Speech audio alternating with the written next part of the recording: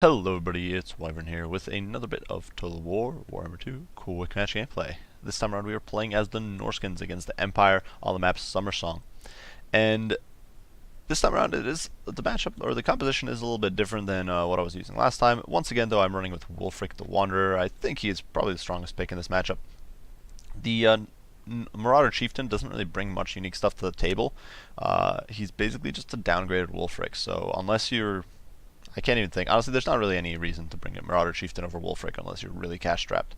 Either way, Wulfric here fully kitted out with Foe Seeker, Sword of Torgald, Hunter of Champs, Fight and Die, and Seafang. So full loadout. Seafang's actually very powerful against Empire in my experience, so I definitely think it's worth bringing. The Sword of Torgald not so much. That's a little bit more of an iffy pick. I did also bring a Skinwolf Werekin with the Ruinous Flesh, providing extra armor and especially missile resistance, which is critical against a faction like Empire that tends to bring a lot of shooting. The front line here, composed entirely of Marauder Berserkers, one of which is the Brutes of the Hound, the Unbreakable Regiment of Renown. Their big selling point is just better stats and Unbreakable, and actually they do cause fear, which I didn't realize, but they're unbreakable, which means they're going to get full value out of their Berserker trait. I also did bring a Fimir Balefiend of Fire, coming in with actually a full kit, except for some alterations spells. He does have Piercing Bolts of Burning, Flaming Sword of Ruin, and Cascading Fire Cloak. One of the reasons I do like the Fimir Balefiend over the common caster, or the normal sort of whatever his name is, but the normal shaman, is the fact that the Fimir gets Arcane Conduit, which lets you get a lot more Winds of Magic over the course of a game, whereas the normal Norscan shaman doesn't get the doesn't get any sort of extra Winds of Magic. I also did bring Fimir warriors with great weapons here in the center, because I figured there's a very good chance my opponent would have brought heavy cav. There's quite a few heavy cav that are pretty good against Norsca. Norsca sucks against heavy cav largely, unless you can shut them down with something like Mauls of Savagery or Skinwolves. You're going to struggle a bit, so I figured, you know what, Fimir warriors with great weapons might not be good as normal Fimir warriors against mobs of infantry, but they do have the 30 bonus first large, they've got armor sundering, they've got magic attacks, so they can be pretty potent that way. Interestingly enough, my opponent brought Knights of the Blazing Sun, so maybe not the best pick, because these guys will have their damage reduced by 25%, or I do believe it's 25%. These guys have innate magic resist of, 25%, so that might have been a slight miscalculation on my part, but still hoping to get some good results. We also do have a unit of Ice Wolves on one flank, as well as the Beasts of Tashnar and the Mauls of Savagery on the other, so bringing a fairly heavy flanking presence, obviously expecting a lot of shooting from the Empire. My Empire opponent did decide to go with a somewhat interesting build, definitely bringing that heavy cav to the field, 2 Knights of the Blazing Sun and a unit of Demigryph Knights, no Demigryphs with Halberds, which is a little shocking. I think those are a much better pick against Norsca, because Norsca does have quite a bit of large units, and some reasonably armored large units to boot, including Mammoths, including Fimir, and even the armored Skinwolves can be a bit of a nuisance. A Jade Wizard with only Regrowth, not even Earthblood this time around, as well as Life Bloom. Karl Franz up in the air with the Reichland Runefang, as well as Stand Your Ground and Foe Seeker, so definitely a bit stripped down, but he is on good old Deathclaw, so going to be a major nuisance. And then 4 units of Free Company zoning me away in the beginning, or kind of getting some early shots off, and then 3 Flagellants and 2 Greatswords making up the front line, so a decent front line for just holding against Berserkers. And some support tools here. You can see I'm already getting into Cookie Jar a little bit with the Ice Wolves, getting a few picks on these units, but then immediately pulling back because I really don't want my Ice Wolves getting chopped to bits in close quarters. In the meantime, on the periphery, things are already going down. I do cast Cascading Fire Cloak on my Mauls of Savagery, hoping that this will keep them a little healthier against these Knights of the Blazing Sun, but as it turns out, it will not. My opponent casts Regrowth, which is going to counteract a lot of my damage. The Beasts of Tashnar are getting shredded, and these Free Company are getting free side shots, so major mistake on my part, major misjudgment. I do cast Hunter of Champions on Karl Franz, and I'm kind of beating him down here.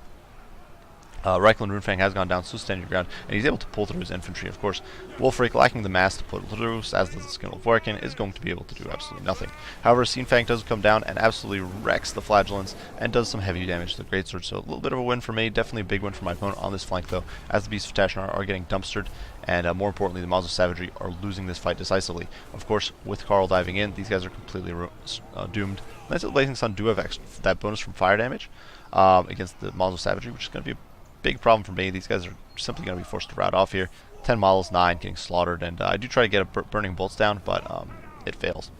Anytime my opponent does decide to push the Mauls of Savagery off the field, a very, very good choice. You can see I stopped the Norscan Ice Wolves here, intending it originally to help, but realizing that's not going to work, and then decide to go after my opponent's backline. Here you can see Berserkers getting drawn way out of position, pursuing these Free Company militia, so a big mistake on my part.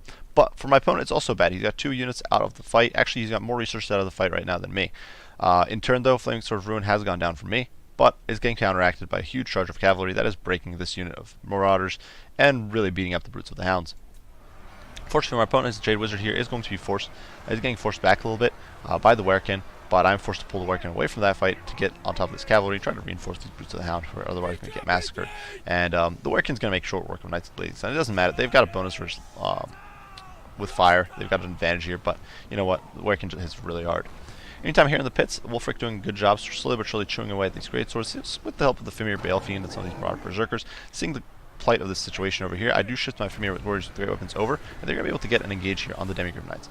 And my opponent here casting Regrowth, which grants physical resist, but that's not going to help at all against the Fimir warriors. Great weapons, their armor is getting debuffed by the warriors with their weapons armor sundering, and you can see with Werekin in there, with the Fimir warriors in there, these Demigryphs are not having a good day at all. They've already lost about half their models. They're being beaten down. My opponent is forced to bring Karl down, and this is going to be death knell for him, because you can see Karl is getting stripped of HP incredibly quickly. Karl did get a slight buff to melee defense this past patch, but he does not want to be down here. He does not want to be against the Fimir warriors with great weapons. With fight or die going down, these guys have absolutely monsters. They've got over 80 melee attack, almost 90 melee attack against Karl, and shortly thereafter, Wulfric is going to pull out to go fight him. So you can see I'm trying to force path way past these great swords. The great swords finally do rout, and a Hunter of Champions does go down, which is going to slow him down immensely. 47 speed means he's barely fast enough to outrun Fimir, and certainly not fast enough to outrun Wulfric. And I do decide to pull all my resources away. I leave them berserkers here fighting against great swords in a less than ideal situation, just to finish Karl, and Karl's getting completely annihilated here. You can see he's very low on HP. He's trying to escape, but Hunter of Champions is still active. Stays active for a long time. At this point he's routing. 241 HP left, but those Fimir are just getting those final hits in, and he falls there. He's felled. For the rest of my opponent's army at this point, with the loss of their lord, they definitely are losing heart, though quite a bit of my opponent's army is still remaining. He did wipe out the Beasts of Tashanar and the Maws of Savagery on the periphery, which means these Knights of the Blazing Sun are still around. These Demigryphs have rallied.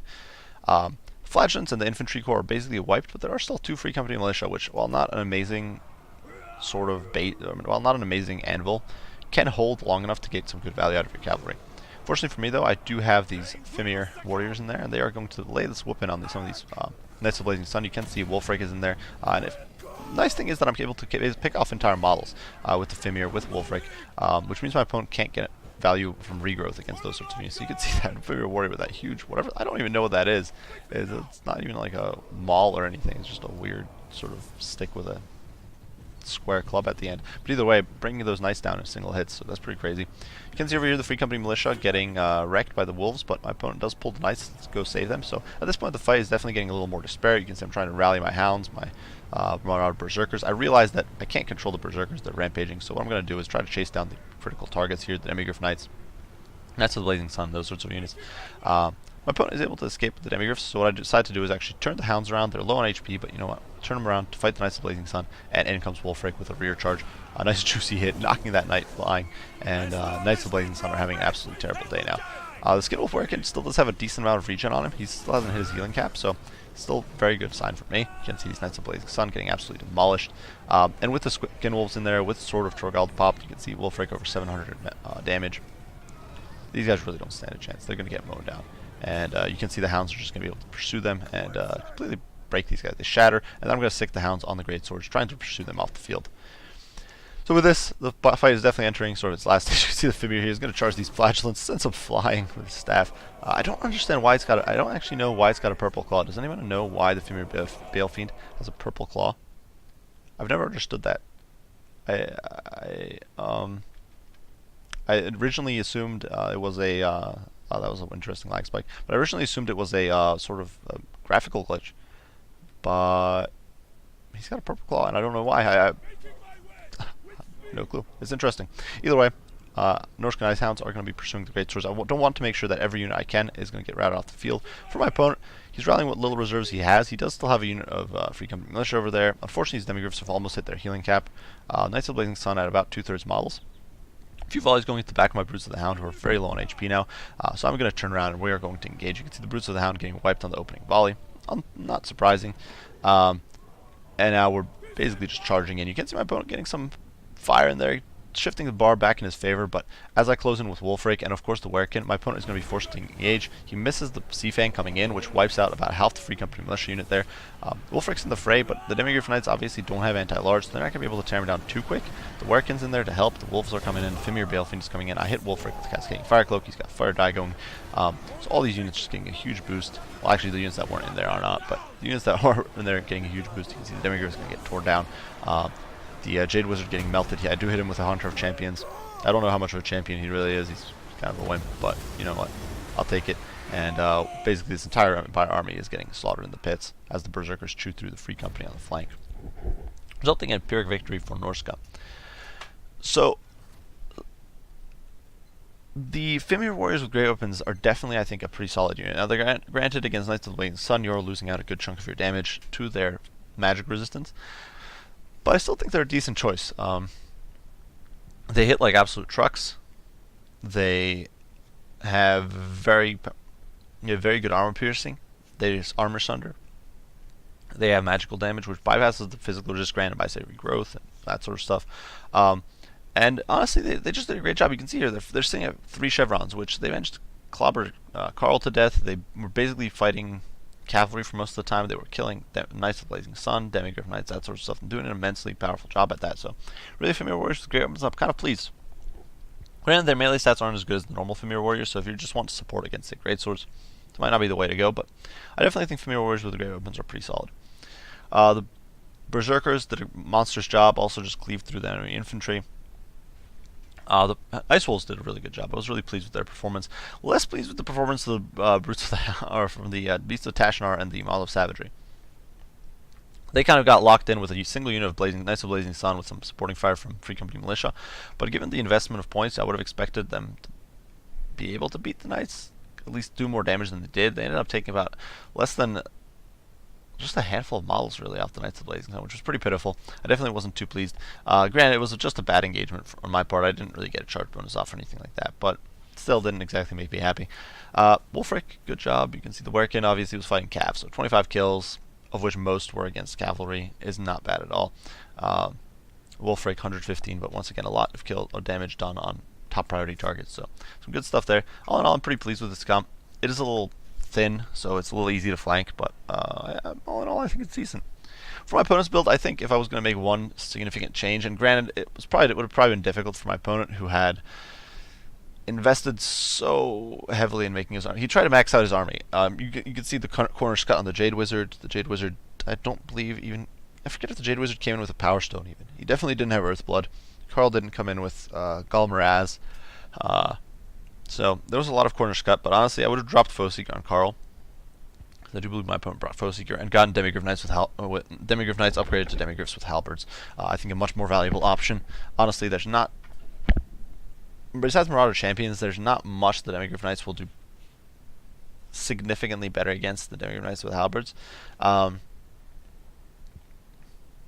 So I think really my opponent should have gone with Demigryph Knights with Halberds in this situation. It would have probably helped him quite a bit against the Fimir warriors. It might have helped him snipe Wolfrake down. That could have made all the difference. As for the rest of the comp, it's honestly not bad. I don't know how well it would hold up to Mammoths because Free Company are a bit lacking in AP, but then again, with sheer volume and of course Mammoths taking up a lot of your army cost, it could work. So definitely a cool build from Overlord here, and had a lot of fun.